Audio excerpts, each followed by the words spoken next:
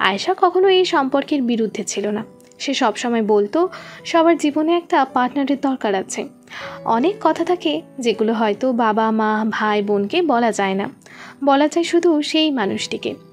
সারাদিনের ক্লান্তি শেষ করে পরিবারের সাথে সময় কাটিয়ে রাতে নিজের সারাদিনের গল্প যদি কারোর সাথে করা যায়, সুখ দুঃখগুলো ভাগ করে নেওয়া যায়, এতে ক্ষতি কিসের? ভয় করে না বিয়ে করতে? আমাকে তো চেনেন না, জানেন না। যদি আমি খারাপ হই, আপনার জীবনটা যদি নষ্ট করে দিই? কেউ কারো জীবন সে পর্যন্ত নষ্ট করতে পারে না যদি সে তাকে স্বেচ্ছায় তার জীবন নষ্ট করার অধিকার না দেয়। আয়েশা তুচ্ছ হেসে বলল, তবে ভয় কিন্তু আমার করা দরকার।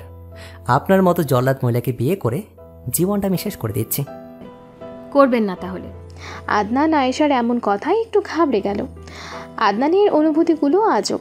সে জানে না সে কি করছে, যা হচ্ছে সবই তার ঘোরের মতন। সে কেন আয়েশাকে বিয়ে করছে তার উত্তর আদনানের কাছে নেই। শুধু কথা একটাই, তার আয়েশাকে বিয়ে করা উচিত। এটা ভালোবাসা না, এটা মোহ। মোহ থেকে কিছুতেই বের হতে পারছিল না সে। পারবেই কিভাবে? সে চায়নি বের হতে। এই ঘোর তার ভালো লাগছে। তার পৃথিবী মাতালের মতো ঘুরছে, সাথে সেও মোহের সাগরে মাতলামি করছে। ঘুমান, কালকে তাড়াতাড়ি উঠে লাগবে। আপনার তো আরও জলদি উঠে লাগবে। মুখে এক গাদা মেকআপ করবেন যে। 100 বার মাখবো মেকআপ। আপনার কি? আমার বিয়ে, আমি পৃথিবীর সব মেকআপ চেহারায় দিয়ে বসে থাকবো। আদনান এমন উত্তরে হাসছে, আর মনে মনে এই মেয়ে নাকি তাকে বলছে আপনার কি, যার সাথে তার বিয়ে। আয়েশাকে চুপ বলে ফোন রেখে দিল পাশে। আচ্ছা, কাল আয়েশাকে কেমন লাগবে দেখতে? কাল সব কিছু পাল্টে যাবে। তার নামের সাথে আদনানের শেখ নামটি জুড়ে যাবে। অনুভূতি তার সীমা ছাড়িয়ে চলেছে। আদনান চোখ বন্ধ করে সেই অনুভূতির সাগরে ডুব দিয়েছে। আজ রাত তার একান্ত ব্যক্তিগত জীবনের শেষ রাত। আগামীকাল দিনের শেষ হওয়ার আগেই 3টা শব্দ উচ্চারণের মধ্য দিয়ে সে হয়ে যাবে কারো জীবনসঙ্গী, কারো কত শত সম্পর্কের সাথেই জড়িয়ে পড়বে। দায়িত্ব বাড়বে, খুনসুটি হবে সেই মানুষটির সাথে। আর ভালোবাসা? কাল কিন্তু সবার বিয়ের দাওয়াত রইল। শুক্রবার সকাল 8টা। দিলারা মঞ্জিল আর শেখ আদনান ভিলায় সবার মাঝে ব্যস্ততার রোল পড়েছে। ছেলেরা বাহিরের দিক সামলাচ্ছে, মেয়েরা ঘরের দিক। আদনানদের তুলনায় আয়েশাদের বাসায় মানুষ বেশি। একমাত্র কন্যার বিয়ে বলে কথা। যদিও আদনান শেখ আবদুল্লাহ সাহেবের একমাত্র ছেলে, কিন্তু বিয়ের দিন ছেলে বাড়ির চেয়ে মেয়ে বাড়িতে হট্টগোলটা একটু বেশিই হয়ে থাকে। আদনানদের বাসায় আদনান আর আনন্দর 4-5 জন বন্ধু, তাদের পরিবার, আদনানের মামা মামি আর কয়েকজন কাছের মুরব্বী। সকাল 10টায় আদনানের সকাল হলো। গতকাল রাতে সে অনেক রাতে ফিরেছে। উঠেই চলে গেল ওয়াশরুমে সাবান নিতে। আর জুম্মা, আর তার মধ্যে তাদের বিয়ের সময় পাবে না। কিন্তু সমস্যা বাদলেও তার খুব খিদে পেয়েছে। এখন সাবান নিলে খিদে মরে যাবে। তাই আয়নার সামনে দাঁড়িয়ে ভাবলো হাত মুখ ধুয়ে নাস্তা সেরে সাবান নেবে। ওয়াশরুমে দাঁড়িয়ে চোখে মুখে পানির ছিটা দিচ্ছে আদনান। কিছুক্ষণ নিজের দিকে তাকিয়ে বলেই হেসে চলে গেল নাস্তা খেতে। আজ আদনানের মা তাকে নিজ হাতে খাইয়ে দিলেন। তার একমাত্র ছেলের বিয়ে। একটু হালকা কেঁদেও নিলেন। আদনান তার মাকে জড়িয়ে ধরে মাথায় হাত বুলিয়ে দিল। খাওয়া শেষে 11টায় গেল সাবান নিতে। ঝর্নার পানি আদনানের পিঠ বেয়ে চলেছে। আদনান একজন সুদর্শন পুরুষ। ছোট ছোট উজ্জ্বল চোখ, জিম করা বডি, ফিটনেস, উজ্জ্বল শ্যামলা গায়ের রং, উচ্চতা 5 ফুট 11, মুখ ভর্তি খোঁচা খোঁচা চাপ দাড়ি, আর চেহারায় অন্যরকম মায়া আছে তার। জুম্মার নামাজ শেষে আদনান রুমে এসে শেরওয়ানি হাতে নিয়ে আনমনে বিড়বিড় করল, আজ তোকে অনেক হ্যান্ডসাম লাগা লাগবে আদনান। মিস ইগোস্টিকের মাথা নষ্ট করা লাগবে। হাতে ঘড়ি পরে চুলগুলো সেট করে নিল। সাদা শেরওয়ানিতে তাকে রাজপুত্রের মতো লাগছে। ঘাড় বাঁকা করে নিজেকে দেখে নিল একবার। অন্যদিকে সেই ফটোগ্রাফার আজও পিছু ছাড়েনি। তার চেলাকে পাঠিয়ে দিয়েছে বরের সব শট নেওয়ার জন্য। যদিও আদনানদের আলাদা ফটোগ্রাফার ছিল, কিন্তু কে শুনে কার কথা। রেডি হওয়ার মুহূর্তে অনেক ক্যান্ডিড ছবি নিয়েছে, ভিডিও করেছে। বাবা মাকে সালাম করে আদনান ছোটোখাটো বরযাত্রী নিয়ে বেরিয়ে পড়ল আয়েশার বাড়ির উদ্দেশ্যে। দেখেন তো আয়েশাকে কল করে এখনো আসছে না কেন? রোকে আপা কল করেছিলেন, তারা বেরিয়ে পড়েছেন। চিন্তিত মুখ নিয়ে আতিয়া বেগম আদিল সাহেবকে বললেন। আয়েশাকে কল করলেন তিনি, কিন্তু আয়েশা কল ধরল না। পার্লারে ফোন সাইলেন্ট করে পার্সে রেখেছে সে। আদিল সাহেব আয়েশার ছোট খালুকে জিজ্ঞাসা করলেন ড্রাইভার গিয়েছে নাকি আয়েশাকে আনতে। আয়েশার ছোট খালু কল করলো তার ড্রাইভারকে। সে জানালো 10 মিনিটে আসছে। গাড়ি থেকে নামার মুহূর্তে আদিল সাহেব তার মেয়েকে দেখে নিলেন মলিন চোখে। বউ সাজে মায়াবী লাগছে তাকে। আদিল সাহেব গম্ভীর মানুষ, ভালোবাসা প্রকাশ করতে অক্ষম তিনি। ঠিক তেমনই আয়েশা। আয়েশা ঘরে ঢুকতে দেখে তার মা এবং খালামণিরা এক কোণে চোখের জল ফেলছে। তাদের দেখে আয়েশার মনে আবেগ জমল, কিন্তু সে কখনো আবেগকে জয়ী হতে দেয় না। হুট করে বলে উঠল, তোমার এই কান্নাকাটি কিন্তু আমার ভাল লাগে না। আয়েশার মা এবং খালারা তার দিকে চোখ তুলে তাকালেন। আয়েশাকে চোখ ভরে দেখে নিল। তারা এই দিনটার অনেক দিন যাবৎ অপেক্ষায় ছিল। আজ সেই মহেন্দ্রক্ষণ। এগিয়ে এসে মাথায় চুমু খেলেন। পেছন থেকে আয়েশার চাচ্চু এসে মাথায় হাত দিয়ে বললেন, কি গো ভাগ্নি, সেই তো ছোটবেলায় কাঁধে করে পুরো দুনিয়া ঘোরাতাম, আজ এত বড় হয়ে গেলে মা। চাচ্চুর এমন কথা হালকা হাসলো আয়েশা। সেজে গুজে আয়েশা বসে আছে রুমে। প্রিয় পাশে বসে আছে, এদিক ওদিকের কথা বলছে। আজ তোকে যা লাগছে না, ভাইয়া পুরো ফিট হয়ে যাবে। প্রিয় অমায়িক একটা মেয়ে, ঠিক পোষা পাখির মতন। দূরে ঠেলে দিলেও কাছে আসে। মাঝে মধ্যে বিরক্ত করে লজিকবিহীন কথা বলে।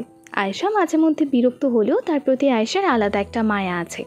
বরযাত্রী এসে হাজির। তারা মসজিদে যাবে, সেখান থেকে আদনানের বিয়ে পড়িয়ে আয়েশার বাসায় আসবে। মসজিদে আদিল সাহেবের হাতে হাত রেখে বসে আছে। কাজী সাহেব বিয়ে পড়াচ্ছেন। বিয়েতে তাদের পরিবারের মানুষের পাশাপাশি ইমাম সাহেব সহ মসজিদে উপস্থিত আরও অনেকে শরিক হয়েছেন। কাজী সাহেব বললেন, 5 লক্ষ টাকা দেনমোহর ধার্য করিয়া আদিল সাহেবের বড় এবং একমাত্র কন্যা আয়েশা ইসলামকে আপনি কি স্ত্রী হিসেবে গ্রহণ করছেন? করলে কবুল, আলহামদুলিল্লাহ কবুল। আদনান সময় নেয়নি, সাথে সাথে বলে উঠল, আলহামদুলিল্লাহ কবুল করিলাম। পরপর আরও 2 বার বলে উঠল। পরে কাবিননামায় সই করে দিল। তার মধ্যে কোনো ভাবান্তর নেই, সে খুব শান্ত আছে। অন্যদিকে আয়েশা টেনশনে অবস্থা বেহাল। সবাই আলহামদুলিল্লাহ বলল। যাওয়ার পথে ইমাম সাহেব আদনানের হাত ধরে বললেন, বিয়ে করেছো বাবা, গাছ যেমন যত্ন নিয়ে এলে তোমাকে প্রতিদান দেয়, মেয়ে জাতিরাও দেয়। জান্নাতে তাদের জন্ম। এতদিন ঘরের রানী ছিল তোমার মা, এখন তোমার স্ত্রী আর তোমার মা হবেন মহারানী। উভয়কে সামলে রেখো, কেউ তোমাকে তার কলিজার একটা অংশ দিয়ে দিয়েছে। অবশ্যই হুজুর, দোয়া করবেন। ইমাম সাহেবকে জড়িয়ে ধরে বলল আদনান। অন্যদিকে আদিল সাহেব স্থির হয়ে আছেন। সবাই পায়ে হেঁটে এগুলো আয়েশাদের বাড়ির দিকে। সবাই ছাদে অপেক্ষা করছে। ছাদ সাজানো হয়েছে সম্পূর্ণ সাদা পর্দা আর লাল গোলাপ দ্বারা, সাথে স্টেজ। বিয়ে পড়ানোর জন্য আলাদা স্থান করা হয়েছে, বেলি ফুল আর পর্দা দিয়ে ঢাকা। 2 পাশে বর বউ বসার জায়গা। আদনানকে এক পাশে বসার জন্য বলা হলো, অন্য পাশে আয়েশা তার মায়ের বিয়ের ওড়না মাথায় লম্বা ঘোমটা দিয়ে। তার অনেক ইচ্ছা ছিল মায়ের বিয়ের কোনো না কোনো একটা জিনিসে নিজে বিয়েতে ব্যবহার করবে। আদনান পর্দার আড়াল থেকে দেখতেই পাচ্ছে না তাকে। কাজী সাহেব আরেক দফা বিয়ে পড়াতে লাগলেন। শেখ আবুল সাহেবের একমাত্র পুত্র আদনান শেখকে 5 লক্ষ টাকা দেনমোহর ধার্য করে স্বামী হিসেবে কবুল করছেন। করলে বলুন আলহামদুলিল্লাহ কবুল। আয়েশা একবার তার মা এবং বাবার দিকে তাকিয়ে নিল। যদিও সে অনেক নার্ভাস ছিল, তারপরও সিনেমার নায়িকাদের মতন ঘণ্টাখানিক সময় নেয়নি। গম্ভীর নিচু কণ্ঠে বলে উঠল, আলহামদুলিল্লাহ কবুল। আয়েশার 3 বার কবুল বলার সাথে সাথে সবাই আলহামদুলিল্লাহ বলে একে অপরের সাথে কোলাকুলি করতে লাগলেন আর খেজুর বিলিয়ে দিল। অন্যদিকে আয়েশার মা, খালা আর নানি কান্না করছে অঝরে। আয়েশা বারবার মুখ তুলে তাকাচ্ছে তাদের দিকে। খারাপ লাগছে, কিন্তু সে কাঁদবে না, কিছুতেই কাঁদবে না। হঠাৎ আদনান খেয়াল করলো তার হাত কাঁপছে, সাথে বুকও। হার্টবিট দ্রুত গতিতে ওঠানামা করছে তার। একটু সময় চাচ্ছে নিজেকে সামলানোর জন্য। অন্যদিকে ফটোগ্রাফার তাড়া দিচ্ছে। আদনান এত কিছুর মধ্যে মনে মনে ফটোগ্রাফারকে গালি দিয়ে নিল মনে মনে। শালা, আমার হার্ট অ্যাটাক করার মতন অবস্থা, তুই আছিস তোর ধান্দায়।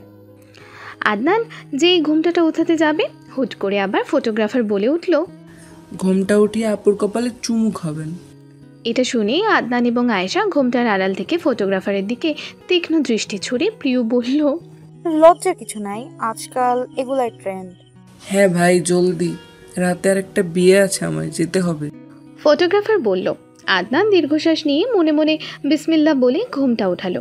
আয়েশা তার ওড়না চেপে খিচে মেরে বসে আছে। আয়েশার দিকে নজর পড়তেই আদনানের চোখে ঘোর লেগে গেল। হার্টবিট মিস করেছে ইতিমধ্যে সে। মাথার চারপাশ শীতল হয়ে গেছে তার।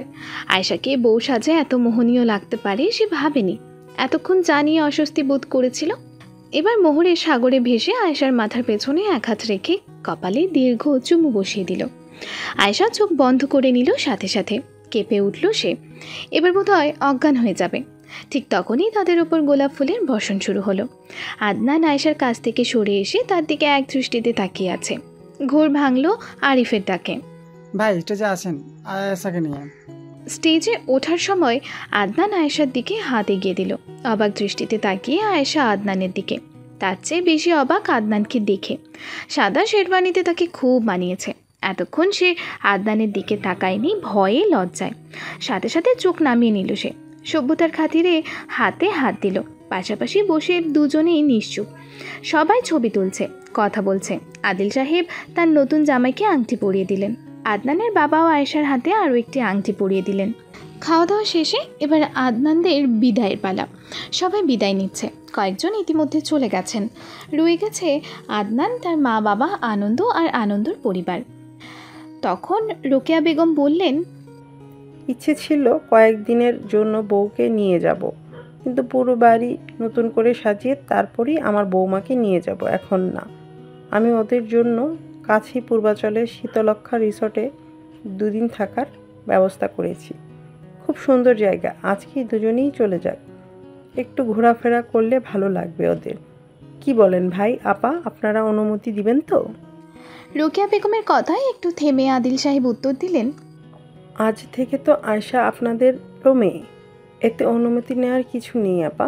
তারপরও আয়শাকে একবার জিজ্ঞেস করলে। হ্যাঁ, অবশ্যই। রোকেয়া বেগম বললেন এবং উঠে আয়েশার রুমে গেলেন। তাকে সবটা জানালেন। আয়েশা একটু ভয় পেল, কি উত্তর দেবে ভেবে পেল না। একা কিভাবে যাবে? সব কিছু তার মাথায় জট পাকাচ্ছে। তোমার কোনো সমস্যা নেই তো মা? না আন্টি। নিজের ভাবনাকে চেপে রেখে বলল। তখন রুমে আয়েশার মাও হাজির। তাহলে এক কাজ করো, দূরের রাস্তা যেহেতু তুমি আর আদনানই যাচ্ছ, গোল্ডগুলো খুলে তোমার মার কাছে রাখো। অন্য যে নর্মাল গহনা আছে সেগুলো পরে যাও। চিন্তা করো না, সেভাবে স্টাফের মেয়েদের সাথে আগেই কথা বলেছি। আমি তোমার যে কোনো সাহায্য লাগলে তাদের জানাবে। আর আদনান তো আছেই। এখন একটা ব্যাগে 2 দিনের জন্য কাপড় নিয়ে যাও। জি। আর শুনো মা, আমার ছেলেটা একটু বাচ্চা স্বভাবের, তারপরও তোমার খেয়াল রাখবে, আমি তোমাকে কথা দিচ্ছি। হেসে মাথায় হাত বুলিয়ে দিয়ে বেরিয়ে গেলেন তিনি। মেয়ের কাপড় আর অন্যান্য জরুরি জিনিস ব্যাগে গোছাচ্ছেন আর তাকে বোঝাচ্ছেন কোনো ধরনের ঘাটারামি না করতে। আম্মু। বলো। আমি যাব না, আমার ভয় করে। আমি একা একটা অপরিচিত মানুষের সাথে। মেয়ের দিকে শীতল দৃষ্টিতে তাকিয়ে বুকে জড়িয়ে ধরলেন, বললেন, আদনান কি এখন পর তোর স্বামী হয়? ভয়ের কিছুই নেই মা। আমি এতদিন আদনানকে দেখেছি, সে একজন দায়িত্ববান আর ভালো মনের মানুষ। গাড়ি চলছে তার আপন গতিতে। ড্রাইভিং সিটে আদনান আর তার পাশেই জানালা দিয়ে বাইরে তাকিয়ে আছে আয়েশা। আদনান বারবার তার দিকে তাকাচ্ছে, বোঝার চেষ্টা করছে কি হলো তার। গান ছাড়বো? হালকা ঘুরে আদনানের দিকে তাকিয়ে আবার চোখ নামিয়ে বলল, না থাক। ঢাকা থেকে 30 মিনিট রাস্তা, জ্যামে পড়লে 1 ঘন্টা। বড় হয়ে যাবেন কিন্তু। হব না। আপনার মন খারাপ? না, তবে একটু ক্লান্ত লাগছে। রাত 9টায় তারা রিসর্টে পৌঁছালো। বিয়ের সাজেও রিসর্টে দাঁড়িয়ে নিজেকে ভিন গ্রহের প্রাণী লাগছে। আশেপাশে সকল মানুষ তাদের দিকে তাকিয়ে। আয়েশার ভীষণ অস্বস্তি লাগছে। আদনানের পিছু পিছু এগিয়ে গেল রিসেপশনের দিকে। আদনান বলল বুকিং ছিল শেখ নামে। ওয়েট স্যার, দেখছি। Mister and Mrs Adnan Sheikh? হ্যাঁ। একটু থেমে বলল আদনান। অন্যদিকে তার নামে মিসেস আদনান শেখ ব্যাপারটা আয়েশাকে লজ্জায় ফেলে দিল। স্যার, এই নিন চাবি। আপনাদের ব্যাগ আমাদের স্টাফ দিয়ে আসবে, আর একজন স্টাফ আপনাদের কটেজ দেখিয়ে দিবে। যে কোনো দরকারে আমাদের কল করবেন। আপাতত কিছু লাগবে না, শুধু রাতের খাবারের মেনুটা একটু পাঠিয়ে দেন প্লিজ। জি অবশ্যই স্যার, 10 মিনিটে পাঠিয়ে দিচ্ছি। থ্যাঙ্কস। স্যার, একটু ওয়েট করবেন? হ্যাঁ। একটি ফুলের বুকে এগিয়ে দিয়ে বলল, congratulation sir ma'am, happy married life. Adnan মুখে হাসি নিয়ে বুকে হাতে নিল আর থ্যাঙ্কস বলে চলে গেল। রুমে ঢুকেই আয়েশার চোখ ছানা বড়া হয়ে গেল। পুরো রুম লাল সাদা গোলাপে সাজানো, সুবাসে মোমো করছে। আয়েশার বুকে ধক করে উঠল। বিয়ের নার্ভাসনেসে বাসর রাতের কথা সে ভুলেই গিয়েছিল। আদনানও কিছুটা চমকেছে, কারণ রিসর্টে সে এটি আশা করেনি। আয়েশা ঠায় দাঁড়িয়ে দরজার সামনে। আসবেন না গেট লাগিয়ে দেবো? আদনানের এমন কথায় আয়েশা ভ্রুকুচকে ঢুকে পড়ল রুমে। আদনান কোমরে হাত দিয়ে দাঁড়িয়ে পুরো রুম পর্যবেক্ষণ করছে। দেখুন তো অবস্থাটা কি করেছে, মনে হচ্ছে ঘরের মধ্যে ফুল না, ফুলের মধ্যে এক টুকরা ঘর। আয়েশার সাথে সাথে উত্তর দিল, আপনি জানতেন না? নেহি। ও, দাঁড়িয়ে না থেকে বসেন। খিদে পেয়েছে? না। লজ্জা পাওয়ার কিছুই নেই, রাতে সবারই ক্ষুধা লাগে। সাথে সাথে দরজায় টোকা পড়ল। আয়েশাকে উদ্দেশ্য করে বলল, ওই সোফায় বসুন, আমি দেখছি কে এসেছে।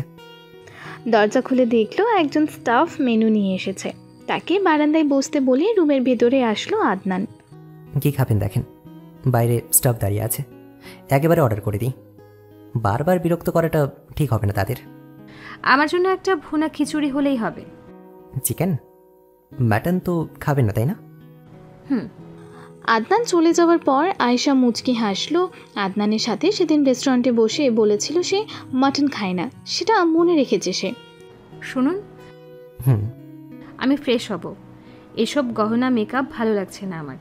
আচ্ছা, কিন্তু গয়না পরেই ফ্রেশ হবেন? আদনান হাসতে হাসতে বলল, আসলেই তো গহনা পরেই ওয়াশরুমে যাচ্ছিল আয়েশা। নিজের উপর রাগ হলো তার। নিজেই নিজের ভুলের কারণের জন্য হাসির পাত্র হয় আয়েশা। আয়নার সামনে বসে গহনা খুলছে আয়েশা। আদনান সোফায় বসে মোবাইল চালাচ্ছে, আবার আর চোখে আয়েশাকেও দেখছে। গহনা খুলে নির্দিষ্ট বক্সে রেখে দিল। বিপত্তি বাঁধল চুল খুলতে। এত এত কালো ক্লিপ মাথায় লাগানো, এগুলো খুলতে আয়েশার সমস্যা হচ্ছে। আদনান হালকা কেশে বলল, হেল্প করব? আয়েশা চুপ হয়ে আছে, তার হেল্প লাগবে, কিন্তু সে কিছুতেই বলবে না। আদনান মোবাইল রেখে উঠে আয়েশার পেছনে দাঁড়ালো। আয়েশা আয়না দিয়ে আদনানকে একবার দেখে মাথা নামিয়ে নিল। মাথা তাকিয়ে বাকি আয়েশার চুল দেখছে। আপনারা মেয়েরা পারেন। মাথা তুলেই আয়নার মধ্যে দিয়ে আদনানকে দেখে নিল। আয়েশা বুঝতে পারল সে কি বলতে চাচ্ছে। তো এখন দেখছি এই ঘরের মতোই আপনার অবস্থা, মাথায় চুলের চেয়ে এই কালো কালো ক্লিপের পরিমাণই বেশি। বলেই আদনান ধীরে সুস্থে খুব যত্ন করে চুলের ক্লিপ খুলতে লাগলো। ভ্রু কুচকাচ্ছে, মাথা এদিক ওদিক করছে, অনেক মনোযোগ দিয়ে সে তার কাজ করছে। অনেকক্ষণ দাঁড়িয়ে থেকে মাঝে মধ্যে পা ঝাঁকাচ্ছে। আয়েশা আদনানের দিকে তাকিয়ে হাসলো। শেষ বলেই বিছানায় চিৎ পটাং হয়ে শুয়ে পড়ল। ক্লান্ত হয়ে পড়েছে। আয়েশা মুখে হাসি নিয়েই বলল, থ্যাঙ্কস। তারপর চুলে তেল দিতে লাগলো। যেই জট পেকেছে চুলে, তেল না দিলে ছুটবে না। আপনি তাহলে হাসতেও জানেন? আয়েশা আদনানের এমন কথা শুনে তার দিকে আর চোখে রাগী দৃষ্টি ছুড়ে দিল। ততক্ষণে খাবার চলে এসেছে। আদনান বলল আগে খেয়ে নিতে, পরে সাবান নিতে যেতে। আয়েশা হাত ধুয়ে বাধ্য মেয়ের মতো বসে পড়ল। আদনান খাচ্ছে আর আয়েশার দিকে তাকিয়ে হাসছে, কারণ আয়েশার চুল ফুলে আছে। হাসতে হাসতে আদনানের গলায় খাবার আটকালো। সে কেসে উঠল। আয়েশার সাথে সাথে উঠে দাঁড়িয়ে আদনানের মাথা চাপড়ে দিতে থাকলো। অস্থির হয়ে বলল, খাবার সময় হাসাটা কি অনেক দরকার? সব সময় ফাইজলামি করেন শুধু। আদনান একটু স্বাভাবিক হয়ে পানি খেয়ে নিল। আয়েশার হাত তখনও আদনানের মাথায়। এত জোরে মাথা চাপড়ালে খাবার গলায় আটকে না, মাথার আঘাতেই মরে যাব। আয়েশা তাড়াতাড়ি তার হাত নামিয়ে ফেলল। সে ভয়ে খেয়ালই করেনি যে সে আদনানের মাথায় হাত দিয়েছে। খাওয়া শেষে আয়েশা সাবান নেওয়ার জন্য যেতে যেতে বলল, আমি ফ্রেশ হতে যাচ্ছি, এই ফুল টুল পরিষ্কার করেন। আদনান চোখ বড় বড় করে ফেলল আর বলল, কি বলেন আমাকে? বয়রা নাকি? Clean the room right now. বলে আয়েশা চলে গেল। আদনান নির্বাক, এই মেয়ে কি তাকে অর্ডার করলো? বিয়ে হয়েছে কয়েক ঘন্টা মাত্র, এক্ষুনি অর্ডার চালাচ্ছে, আমাকে জব্দ করতে চাচ্ছে। সে ভেবে নিল সে পরিষ্কার করবে না, এভাবেই থাকবে রুম। আদনান ব্যাগ থেকে কালো টি শার্ট আর গ্রে কালারের ট্রাউজার বের করে চেঞ্জ করে নিল। তার পেশিবহুল ফর্সা হাত সেই টি শার্টের মধ্য দিয়ে দর্শনীয়। খাটে অর্ধ শুয়ে ফুলগুলো নাড়াচাড়া করছে। কিছু সময় অতিবাহিত হওয়ার পর আয়েশা সাবান নিয়ে বেরিয়ে এলো, মাথায় টাওয়াল পেঁচিয়ে। গোলাপি রঙের সুতির টপ পরেছে। বেরিয়ে চুল থেকে টাওয়াল খুলতে খুলতে ঘরের পাশের বারান্দায় চলে গেল। না চাইতেই আদনানের চোখ বারবার সেখানে যাচ্ছে। যতই হোক পুরুষ মানুষ, এসব দৃশ্য পুরুষদের বরাবরই দুর্বল করে। আদনানের ক্ষেত্রেও তাই, কিন্তু সে নিজেকে সংযত করে অন্য পাশে ফিরে রইল। রুম পরিষ্কার করতে বলেছিলাম। আদনান তার প্রত্যুত্তরে কোনো তেরা কথা বলেনি, বরং মলিন হয়ে আয়েশাকে খাটের অন্য প্রান্তকে দেখিয়ে বলল, বসুন, এখানে কথা আছে। আয়েশা গুটিসুটি মেরে বসে আছে, আর আদনান ব্যাগে কিছু একটা খুঁজছে। একটা কিছু হাতে নিয়ে ফিরে এলো সে। এসেই ব্যাগটি নিয়ে আয়েশার একটু কাছাকাছি এসে বলল, একদম বিছানার মধ্যখানে। আয়েশা একবার তার দিকে তাকাচ্ছে, আবার চোখ নামিয়ে ফেলছে। আদনানের মতিগতি বুঝতে পারছে না সে। কি করতে চাচ্ছে আদনান? সে আবার অধিকার খাটাতে আসবে না তো? কিন্তু সে তো বলেছিল আমার অনুমতি ছাড়া সে আমার কাছে আসবে না। একটু ভয় পাচ্ছে আয়েশা। তার ধ্যান ধারণা কাটিয়ে আদনান একটি বক্স এগিয়ে দিল আয়েশার দিকে। দেখেই বোঝা যাচ্ছে রিংয়ের বক্স। বন্ধুরা বলেছিল বিয়ের রাতে কিছু একটা গিফট দিতে হয়। আমার মেয়েদের কোনো ব্যাপারে কোনো আইডিয়া নেই, তারপরও অনেক ভেবে এটা কিনেছি। দেখুন তো পছন্দ হয় কিনা। বিস্মিত নয়নে আয়েশা আদনানের দিকে তাকিয়ে। আদনান এটাও ভাববে সে আশা করেনি। আংটির বক্সটা খুলে দেখলো খুব সুন্দর ডায়মন্ডের আনকাট রিং। কিছুক্ষণ আংটিটি দেখে আংটির বক্সটা পাশে রেখে আয়েশা উঠে গেল। আদনান বুঝে উঠতে পারল না কি হলো। গোমরা মুখ নিয়ে বলল, পছন্দ হয়নি। আয়েশা কোনো উত্তর দিল না। তার উত্তর না পেয়ে আদনান ভাবলো রেগে গেল না তো, সে কি উল্টাপাল্টা কিছু ভাবছে। আদনান অনেক মিশুক স্বভাবের ছেলে, তার উদ্দেশ্যে কখনো খারাপ কিছু ছিল না। আমি বন্ধু হিসেবে দিয়েছি, আপনি কি রাগ করলেন? এবার আয়েশা হাতে ছোট্ট একটা ব্যাগ নিয়ে ফিরে এলো। ব্যাগটা আদনানের হাতে দিল। আদনান আয়েশার দিকে প্রশ্নসিক্ত চোখে তাকিয়ে। আয়েশা ভ্রু ওপরে উঠিয়ে ইশারা দিয়ে বলল খুলতে। আদনান খুলে দেখল একটি ব্ল্যাক কালারের ঘড়ি। আদনানকে কিছু বলার সুযোগ না দিয়ে আয়েশা বলল, আমি আসলে ব্র্যান্ড ট্যান্ড চিনি না, আমি কখনো ব্র্যান্ডের কিছু পরিও না, আর আমার ইনকাম খুবই সামান্য। আপনার মতন ডায়মন্ড দেওয়ার সামর্থ্য আমার নেই, তাই যা পেরেছি এনেছি বন্ধু হিসেবে। বলেই চোখ নামিয়ে হাসলো আয়েশা। আদনান বেশ খুশি হলো। ঘড়িটি হাতে নিয়ে একবার দেখে হাতে পড়তে পড়তে বলল, গিফটের কোনো তুলনা হয় না। 1 টাকা দিয়ে কেনা গিফটও অমূল্য, আর 1 কোটি টাকা দিয়ে কেনা গিফটও অমূল্য। ঘড়ি পড়তে পড়তে আয়েশাকে ইশারা দিয়ে বলল আংটিটি পড়তে। পরে হুট করে নিজেই তুলে নিল বক্সটি। মা আংটিটা দেখে বলেছিল নিজের হাতে পরিয়ে দিতে, হাত দিন। আয়েশা ইতস্তত বোধ করলেও হাত এগিয়ে দিল। সে জানে বিয়ে পবিত্র, বিয়ের পর সকল ধরনের স্পর্শ পবিত্র। আয়েশা নিজেই বুঝে উঠতে পারেনি তার মধ্যে থাকা আদনানের জন্য হুট করে জন্ম নেওয়া বিশ্বাস। আর তার চেয়ে মুখ্য হচ্ছে আদনানের সাথে তার মিশতে হবে। আফটার অল সারা জীবন একসাথে কাটানো লাগবে। আদনান তাকে আংটি পরিয়ে দিয়ে হ্যান্ডশেক করার জন্য হাত আগালো। হ্যান্ডশেক করে নতুন বন্ধুত্বের নতুন জীবনের সূচনা হোক। আয়েশাও মুখে হাসি হাত আগিয়ে দিল। সরেন, আমি এই ফুলগুলো পরিষ্কার করে দিচ্ছি। আমিও করছি, চলুন। তারা দুজনেই রুম ঠিকঠাক করছে, আর আদনান আয়েশার দিকে তাকিয়ে মনে মনে ভাবছে আসলেই মেয়েরা কোমল ফুল, একটু মায়া দিয়ে সামলে নিলে ঠিক সামলে যায়। বিছানা পরিষ্কার করে নিল তারা দুজনেই। তা বিছানায় ঘুমাবেন, নাকি সিনেমার নায়িকাদের মতন বলবেন আমি বেড শেয়ার করতে পারবো না, আমি বিছানাতেই ঘুমাবো? আপনার সমস্যা থাকলে আপনি মাটিতে শুয়ে পড়ুন। এই দাঁড়ান। আয়েশা আবার বলল, কি? আমার মাথার একটা বালিশ, পায়ের একটা বালিশ, আর মোস্ট ইম্পর্ট্যান্ট আলাদা কাঁথা লাগবে। আদনান মাথা ঝাঁকিয়ে একটা দীর্ঘ নিঃশ্বাস ছেড়ে আলমারি থেকে বালিশ আর কাঁথা বের করলো। বালিশ পাশে রেখে কাঁথা আয়েশার মাথার উপর দিয়ে বলল, বড্ড অসভ্য আপনি। হুট, ডোন্ট ডিস্টার্ব। রাত 1টা। বিছানার দুই প্রান্তে দুইজন শুয়ে ফেসবুক স্ক্রল করছে। পুরো ঘরে পিনপতন নিস্তবতা।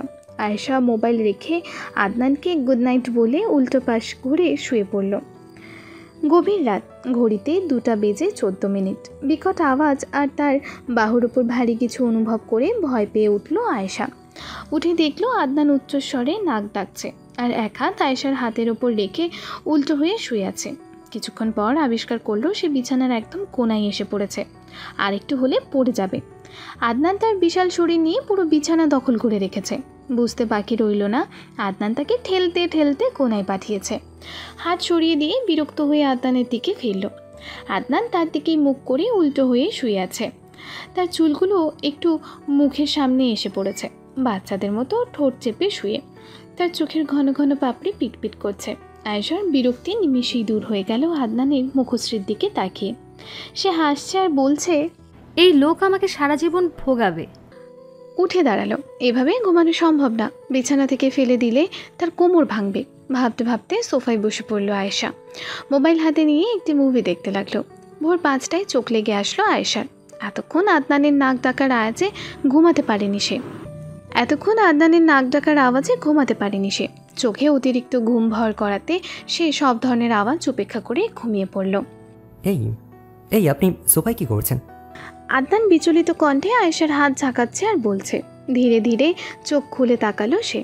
সামনেই আদনান দাঁড়িয়ে কোমরে হাত দিয়ে। এমনিতেই সারা রাত ঘুমোতে পারেনি সে। ঘুমের ঘুরে থাকতে আদনানকে উপেক্ষা করে গেল। কাঁথা গায়ে টেনে অন্যদিকে ফিরে আবার ঘুমাতে লাগলো। তখনই আরেক দফা ঝাঁকানি খেলো।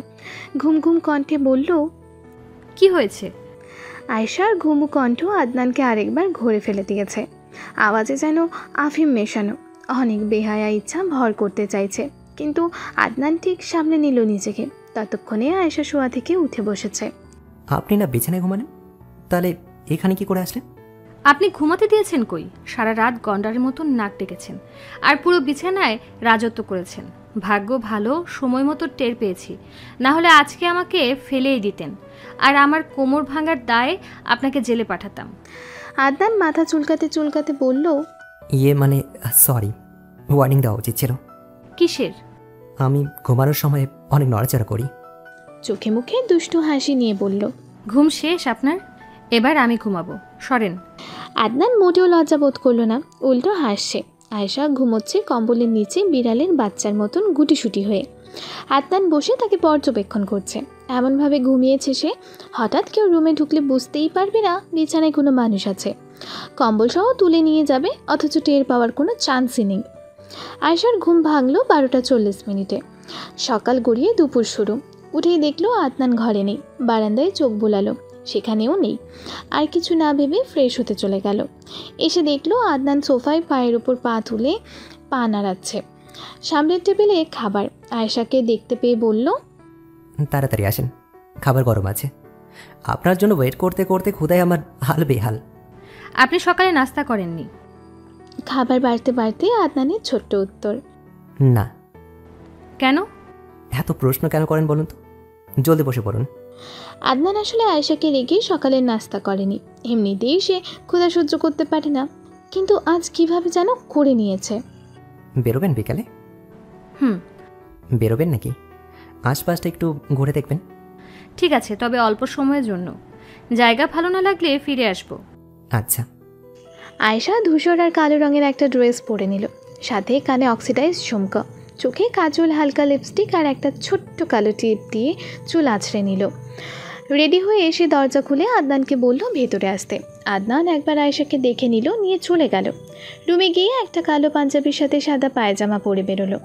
সে আর কি রেডি হবে? ছেলেদের রেডি হওয়া মানে কাপড় চেঞ্জ করা। এই মানিব্যাগ আর মোবাইল হাতে নিয়ে বেরোলো। দরজা লাগাতে লাগাতে আয়েশাকে বলল, আপনি আমাকে কপি করছেন কেন? আয়েশা অবাক, ভ্রু কুঁচকে উল্টো প্রশ্ন ছুড়ে দিল, আমি কি কপি করলাম? এই যে আমার মতন ড্রেস আপ করেছেন। বারে, আমি করেছি না? আসলে ঠিকই বলে মানুষ, চোরের মার বড় গলা। নিজে আমাকে কপি করে, এখন আমার দোষ। স্নিগ্ধ বিকেল, লেকের মধ্যে কটেজ আর সেখানে প্রবেশপথে কাঠ দিয়ে সেতু তৈরি করা হয়েছে। নির্জন আর গাছপালায় ঘেরা পরিবেশ। ঢাকায় আজকাল এমন পরিবেশ দেখা যায়। উঁচু উঁচু দালান কোঠা দেখতে দেখতে যেন মানুষ প্রকৃতিকে ভুলতে বসেছে। আদনান আয়েশা হাঁটতে হাঁটতে একটি বেঞ্চিতে গিয়ে বসলো। দুজনেই প্রকৃতি উপভোগ করছে। আইসক্রিম খাবেন? আমি আইসক্রিম খাই না। সব কিছুতেই এত নেগেটিভ অ্যান্সার কেন দেন? সত্যি আমি খাই না। হ্যাঁ, এটা ঠিক, আমি নেগেটিভ উত্তর দেই সব সময়, কিন্তু আইসক্রিম চকলেট আমার একদমই পছন্দ না। এই আপনি এই গ্রহেরই প্রাণী তো? আমিও এটা নিয়ে শঙ্কায়, আমি এই গ্রহের প্রাণী তো? আয়েশা হাসছে, হাসিতে তার গালে টোলও হাসছে। আয়েশাকে হাসতে দেখে আদনানের মুখেও কিঞ্চিত হাসি ফুটে উঠল। আপনি থাকেন, আমি আইসক্রিম খাবো। মামা দেখ, সেই মাত, একটু কালো কিন্তু চলবো, মায়া তো মায়াই। আয়েশাকে উদ্দেশ্য করে কয়েকটা ছেলে আজে বাজে বলছে আর আইসক্রিম খাচ্ছে। এক রাতের জন্য লাগবে নাকি মাম্মা? আদনানের মাথায় রক্ত চড়ে গেল। রাগে চেপে ভারী আওয়াজে তাদের উদ্দেশ্যে বলল, মুখ সামলে কথা বলেন। কেন ভাই, আপনি কি ওনার প্রেমিক হন? বলেই অট্ট হাসিতে ফেটে পড়ল। আরেকজন বলল,